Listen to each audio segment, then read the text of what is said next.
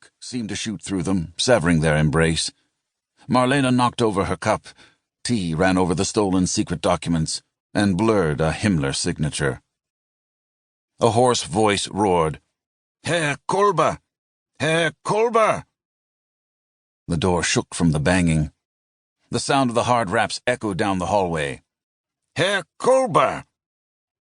Marlene placed her hand on his. He savored her grip. One final grasp.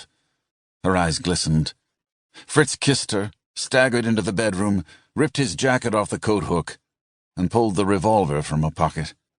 He went back, positioned himself in the middle of the kitchen, and aimed down the hall at the front door. "They've got us now," he thought. Sweat ran down his armpits to his ribs. How many people had they sent? Gestapo? SS? They'd kick in the door any second and storm into his apartment with their noise and shouting. "Fritz!" Marlene stood nearby, but sounded far away, as if she were in the next room. God, he loved that face so much. Her straight nose, that broad jaw. "Please, Fritz!" They banged on the door 3 more times. Again they called his name. Marlene unbuttoned her dark blue blouse and pulled it open a bit. The skin of her breast shimmered in the white wine glow of the lamp. He turned the revolver on her.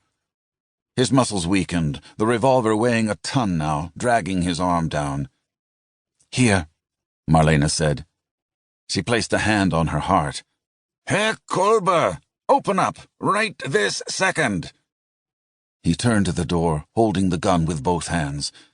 The hall seemed to grow shorter and shorter, the door practically touching the revolver barrel. "It was right," he said. "What we did?" He felt Marlene's body behind his. She put her arms around him, turned him to face her, and pressed his hand with the gun to her breast. When she felt for the trigger, he pushed her shoulders back against the wobbly kitchen cabinet. "You want to live," he said. "You said you did." He grabbed the files off the table and unlatched the oven door. A blast of heat shot out at him, painting the floorboards red-orange.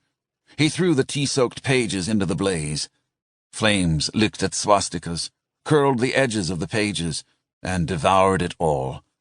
In his haste, he dropped a couple of pages onto the floor, and he stuffed these in, burning the side of his hand, little hairs sizzling. He kicked the door shut, the oven sucking back in the orange and the heat. Marlene was begging him to do it. This shouldn't happen when 2 people loved one another, one of them having to beg. What would these men do with her if he left her alive? What would they do to her body? Fritz aimed the revolver at Marlene's breast and felt the trigger against his finger. Again, his resolve left him. Another bang on the door, just one. "You don't know anything about this, Marlene. You know nothing." He wanted to disappear. He wanted to dissolve into thin air with Marlene. Play the good Nazi woman for them. Nothing will happen to you. Fritz could hear her heart, her beating red heart. The tortured look on her face brought back a torrent of memories. Alleyways in Bern, his daughter Katrine in Africa, Hitler, maps of the wolf's lair, a forest cottage, voices, smuggled secret files, his heart pounding, corpses. The memories spun so fast that he couldn't think clearly. "You need to live," he said. And for some reason his voice sounded clear and strong.